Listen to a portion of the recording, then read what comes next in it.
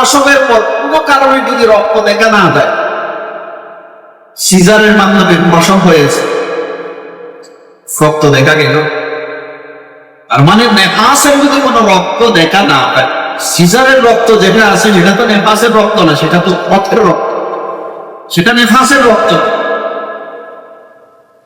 জরায়ু থেকে যেটা বাহির হয় সেটা বল নেফাসের রক্ত।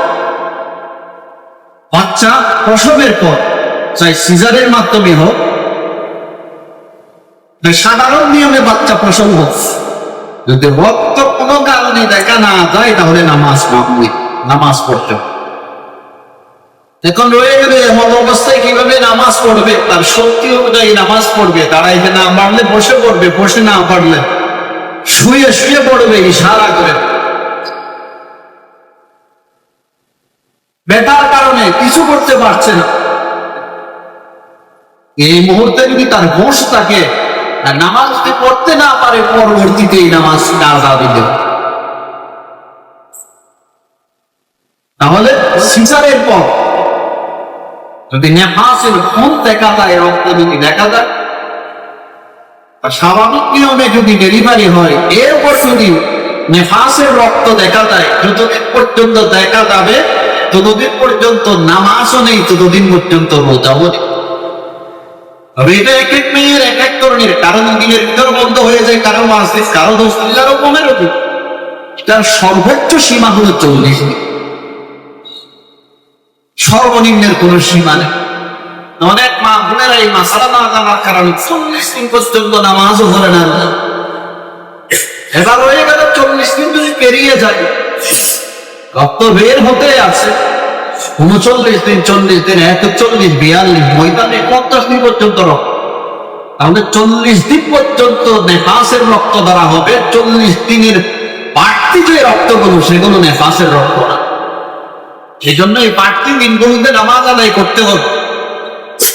রমজান শরীফের রোজা হওয়া 40 যদি ক্রস করে যায় নেফাসের রক্ত, তাহলে নামাজও আদায় করতে হবে, তাহলে রোজাও কি করতে হবে আদায়। আল্লাহ পূজার তৌফিক দান করেন। আমিন। এরপর আর কিছু কুসংস্কার আমাদের সমাজে আছে। বাচ্চা দুনিয়াতে আসার পর পথ নজর থেকে বাঁচার জন্য বাচ্চার কপালে একটা টিন দেওয়া, অথবা মাথার এই পাশে, ডান পাশে বা বাম পাশে কাজল দিয়ে একটা কালো বৃক্ষ এঁকে দেওয়া হয়। কিসের জন্য? পথ নজর থেকে বাঁচার জন্য। এগুলো হলো জাহিরি যুগের ইন্ডিয়ার নীতি, এগুলো ইসলামের দিকে নীতি।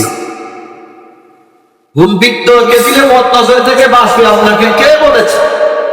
মুহাম্মদুর রাসূলুল্লাহ সাল্লাল্লাহু আলাইহি ওয়াসাল্লাম হযরত হাসান এবং হুসাইন রাদিয়াল্লাহু তাআলা আনহুমাকে সাহায্য করতেন।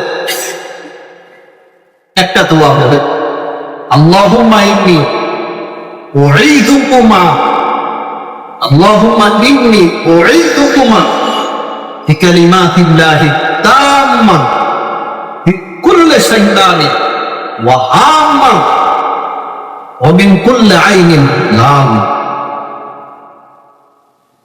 তোমরা দুইজনকে আমি আশ্রয় দিচ্ছি,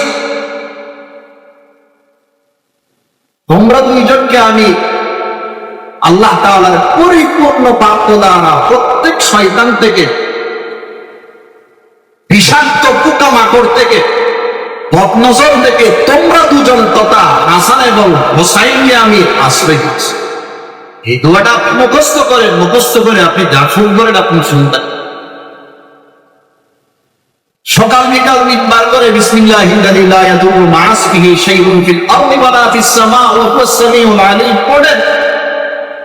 হাদিস শরীফে আছে, কোন জিনিস তার ক্ষতি করতে পারবে, মানুষও তার ক্ষতি করতে পারবে না, কোন বিষাক্ত পোকা মাকড় জীব জন্তু তার ক্ষতি করতে পারবে না।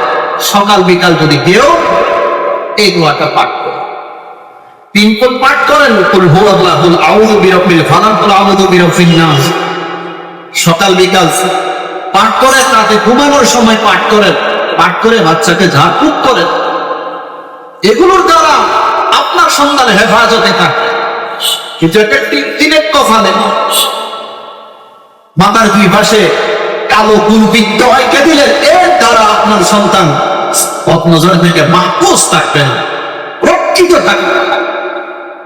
কোরআন সুন্নাতে যেভাবে আছে আল্লাহ আমাদেরকে সেইভাবে আমল করার তৌফিক দান করেন, কুসংস্কার থেকে আমাদেরকে বেঁচে থাকার তৌফিক দান। আরেকটা কুসংস্কার আমাদের সমাজে আছে, বাচ্চা প্রসবের পর থেকে শাশুড়ি যারা আছে তারা ও মাকে 40 দিন পর্যন্ত রান্না বান্না করে। এই বৌমা কোনো কিছু যদি স্পর্শ করে তারা সেটাকে নামাজ মনে, থালা বাসনে যদি খায়, থালা বাসনে কেউ খায় না, না ধোয়া পর্যন্ত না বা মনে করে সেটা এগুলোর সাথে ইসলামের সোনা সম্পর্ক। আল্লাহ এগুলো থেকে সবাইকে হেফাজত করে। আমি